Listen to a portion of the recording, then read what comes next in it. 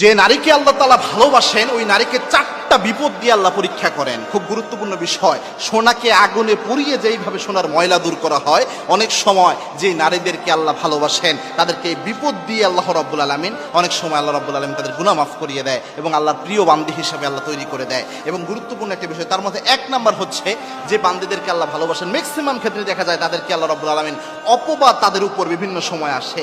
আশেপাশের অনেক মানুষ হিংসার বশবর্তী হয়ে একটা মিথ্যা অপবাদ তার নামে ছড়িয়ে দেয়, অথবা তার নামে এমন একটা তহমত ছড়ায় যেটার মাধ্যমে তার সম্মানের হানি হতে পারে অনেক ক্ষেত্রে সামাজিকভাবে।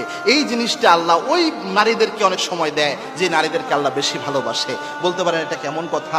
মা আয়েশা রাদিয়াল্লাহু তাআলা আনহাকে আল্লাহ রাব্বুল আলামিন তাকে কিন্তু এরকম একটা পরিস্থিতির মোকাবেলা করেছে, মুখোমুখি করেছিলেন। মা আয়েশা রাদিয়াল্লাহু তাআলা আনহা তিনি কিন্তু জেনার অপবাদ পেয়েছিলেন। মা আয়েশার ব্যাপারে আপনারা সূরা নূর পড়বেন যে জেনার অপবাদের যে আয়াতগুলো এসেছে এটা কি প্রেক্ষিতে এসেছে, এবং কি মা আয়েশা রাদিয়াল্লাহু তাআলা আনহা তার উপর যখন জেনার তহমত আসে, অপবাদ আসে, প্রথম যখন আল্লাহর হাবিবকে ওহীর মাধ্যমে জানানো হয় নাই যে ইয়া রাসূলুল্লাহ আয়েশা রাদিয়াল্লাহু তাআলা আনহা পবিত্র, ততক্ষণ পর্যন্ত আল্লাহর হাবিব নিজেও চুপচাপ ছিলেন। আল্লাহর হাবিব সাল্লাল্লাহু আলাইহি ওয়াসাল্লাম কিছু বলতে পারছিলেন না, কেননা কোনো প্রমাণ নাই, ওহীও আসতেছে না। আয়েশা রাদিয়াল্লাহু তাআলা আনহা তিনি পুরাটা আল্লাহর কাছে নিজেকে সোপর্দ করলেন। তিনি বললেন আমার আল্লাহ আমার জন্য যথেষ্ট, এর জবাব আমি দিব না, এর জবাব দিবেন আমার আল্লাহ।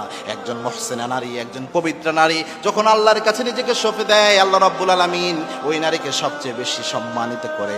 আল্লাহ রাব্বুল আলামিন মা আয়েশা রাদিয়াল্লাহু তাআলা আনহার চারিত্র্যের সার্টিফিকেটের জন্য, চরিত্রের সার্টিফিকেট দেওয়ার জন্য পবিত্র কোরআনের আয়াত নাজিল করে মা আয়েশার চরিত্রের সার্টিফিকেট আল্লাহ রাব্বুল আলামিন নিজে নাজিল করেছেন। সুবহানাল্লাহ। এইজন্য একজন নারীর সম্মান কত দাম। এবং আল্লাহর হাবিব সাল্লাল্লাহু আলাইহি ওয়াসাল্লাম জানিয়েছেন এই পৃথিবীতে যত গুনাহ রয়েছে সব গুনার মধ্যে সবচেয়ে মারাত্মক এবং নিকৃষ্ট গুনাহ হচ্ছে কোনো সতী নারীকে, কোনো ভদ্র, কোনো পর্দাশীলা, কোনো দিনদার নারীকে মিথ্যা জেনার অপবাদ দেওয়া, হারাম রিলেশনের অপবাদ দেওয়া, মিথ্যা প্রেমের অপবাদ দেওয়া।